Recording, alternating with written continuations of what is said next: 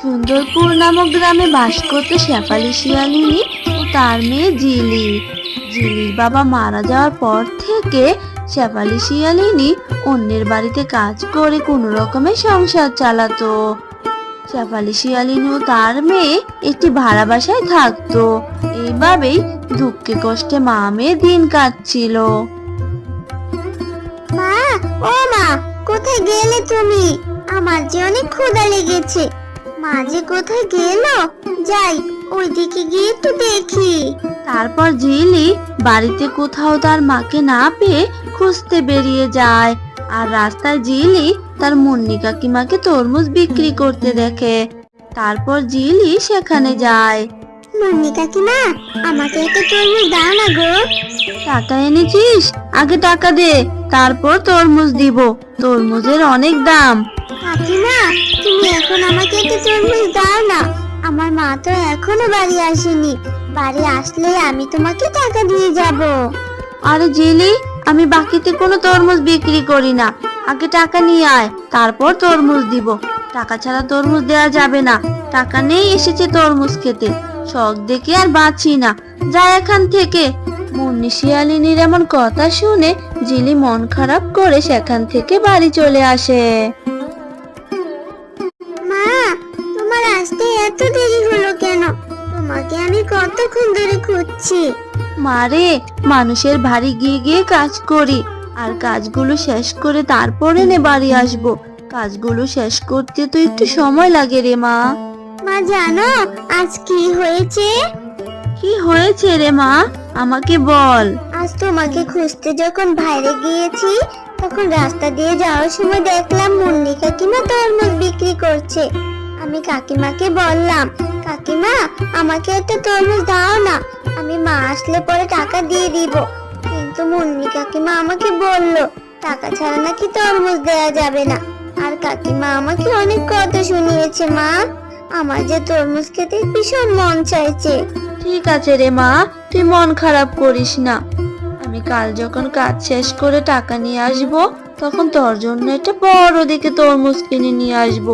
আর মা রে, এমনিতেই 2-3 মাস ধরে ভাগিনী ভাবিকে বাসা ভাড়াটাও দিতে পারিনি।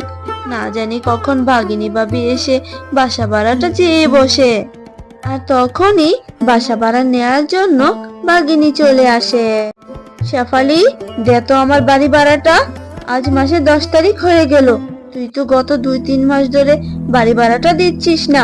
তাড়াতাড়ি বাড়ি ভাড়াটা দিয়ে দে বলছি। ভাগিনী ভাবি, এই মুহূর্তে তো আমার কাছে কোনো টাকাই নেই। কিছুদিনের মধ্যে আমি আপনার টাকাটা দিয়ে দিব। আমাকে আর কিছুদিন সময় দিন ভাগিনী ভাবি। শেফালি, আমি আর তোকে সময় দিতে পারবো না। সময় দিতে দিতে তুই 2 মাস ধরে আমাকে বাড়ি ভাড়াটা দিচ্ছিস না। আর সময় দেওয়া যাবে না, এখনই আমার বাড়ি ভাড়াটা দে বলছি। আর যদি বাড়ি ভাড়া দিতে না পারিস, তাহলে এখনই আমার বাড়ি থেকে বেরিয়ে যা বলছি। আমি ভালো ভাড়াটিয়া দেখে বাড়িটা আবার ভাড়া দিয়ে দিব। তারপর বাঘিনী বাড়ি ভাড়া দিতে না পারায় শেফালি শিয়ালিনী ও তার মেয়েকে বাড়ি থেকে বের করে দেয়। তারপর মা ও মেয়ে অন্য বনে আশ্রয় নেওয়ার জন্য ঘুরতে থাকে। আর হাঁটতে হাঁটতে তারা গভীর বনে চলে যায়।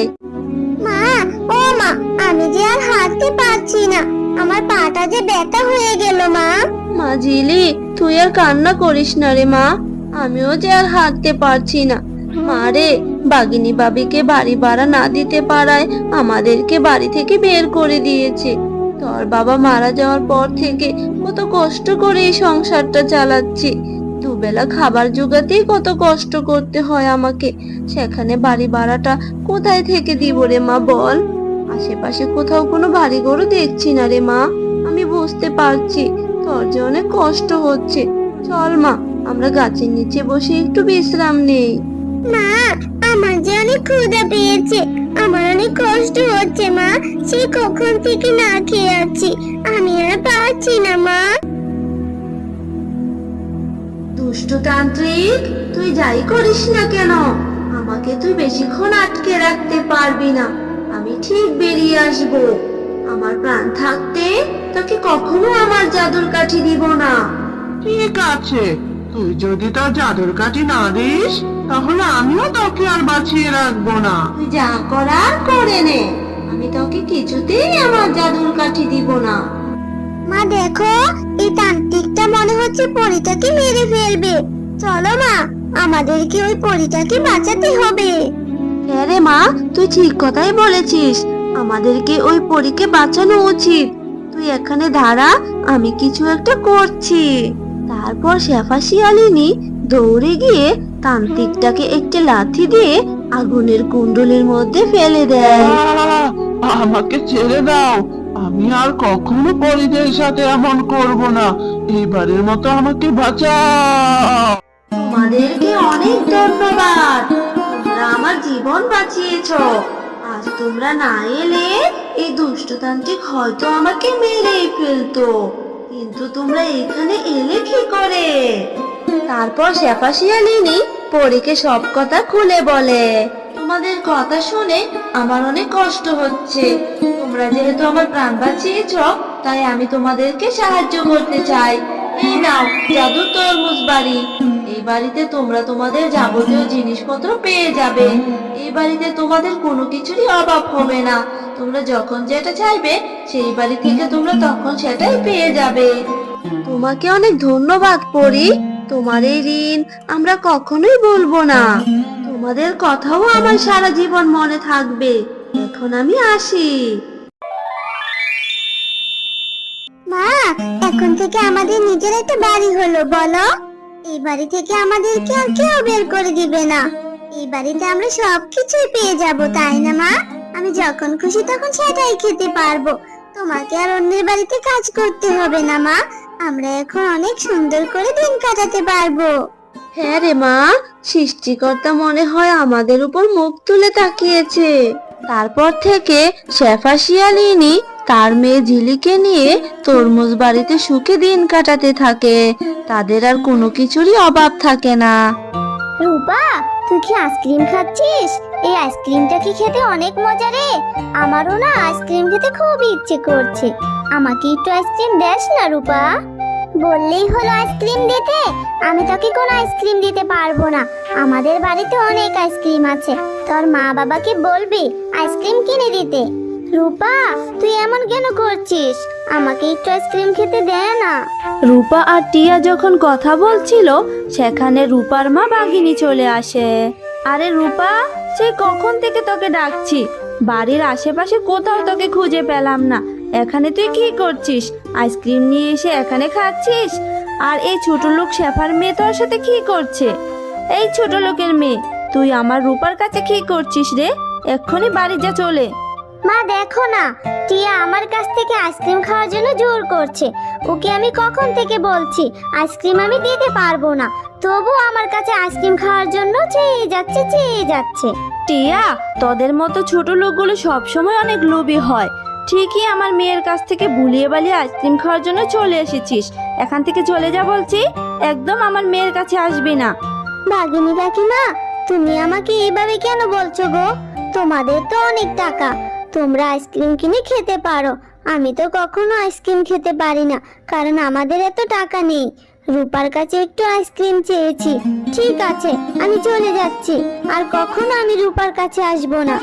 এই কথা বলে টিয়া মন খারাপ করে সেখান থেকে বাড়ি চলে আসে। বাবা, ও বাবা, আমাকে কি একটা আইসক্রিম কিনে দিবে? আমার না খুব আইসক্রিম খেতে মন চাইছে।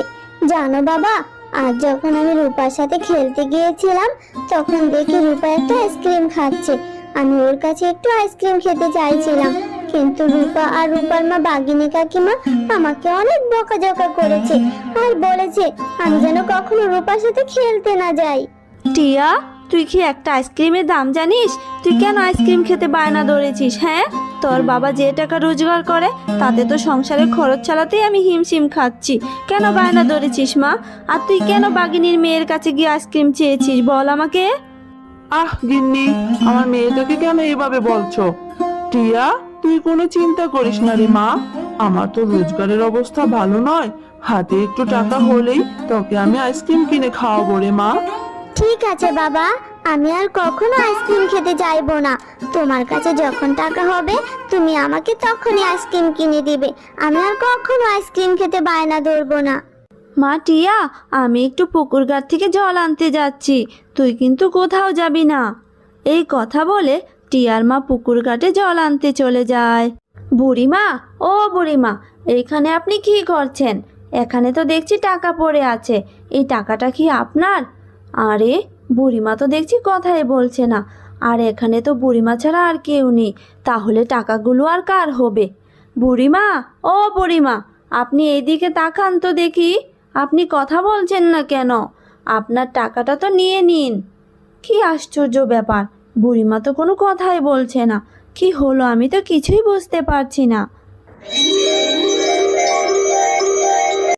শেফা শিয়ালিনী, আমি এই টাকাটা রেখে তোমাকে পরীক্ষা করছিলাম।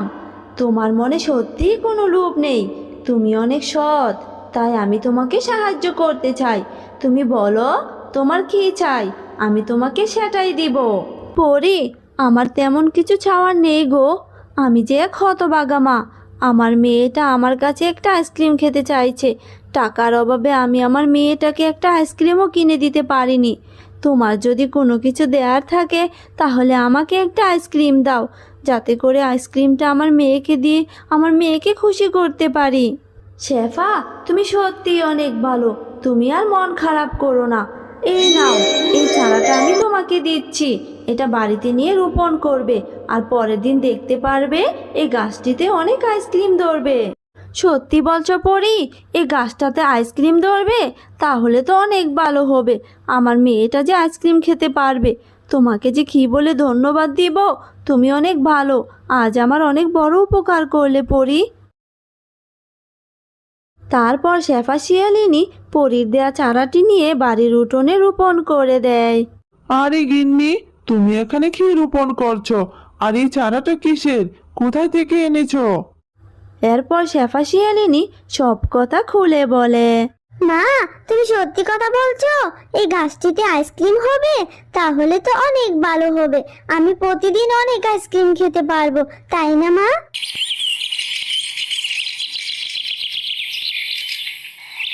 পরের দিন সকালবেলা শেফা শিয়ালিনী ঘুম থেকে উঠে দেখে সেই চারা গাছ থেকে অনেক বড় একটা আইসক্রিম গাছ হয়েছে, আর সেই আইসক্রিম গাছে অনেক আইসক্রিমও ধরেছে। মা, বাবা, দেখো না, আমাদের উঠোনে কত সুন্দর আর কত বড় একটা আইসক্রিম গাছ হয়েছে, আর কত সুন্দর সুন্দর আইসক্রিমও ধরেছে। এইসব আইসক্রিম এখন আমরা খাবো, তাই না মা? আরে হ্যালো বন্ধুরা, গল্পটি ভালো লেগে থাকলে চ্যানেলটি সাবস্ক্রাইব করে দিও, আর পাশে থাকা বেল আইকনে প্রেস করে আমার পাশেই থেকো। ধন্যবাদ সবাইকে।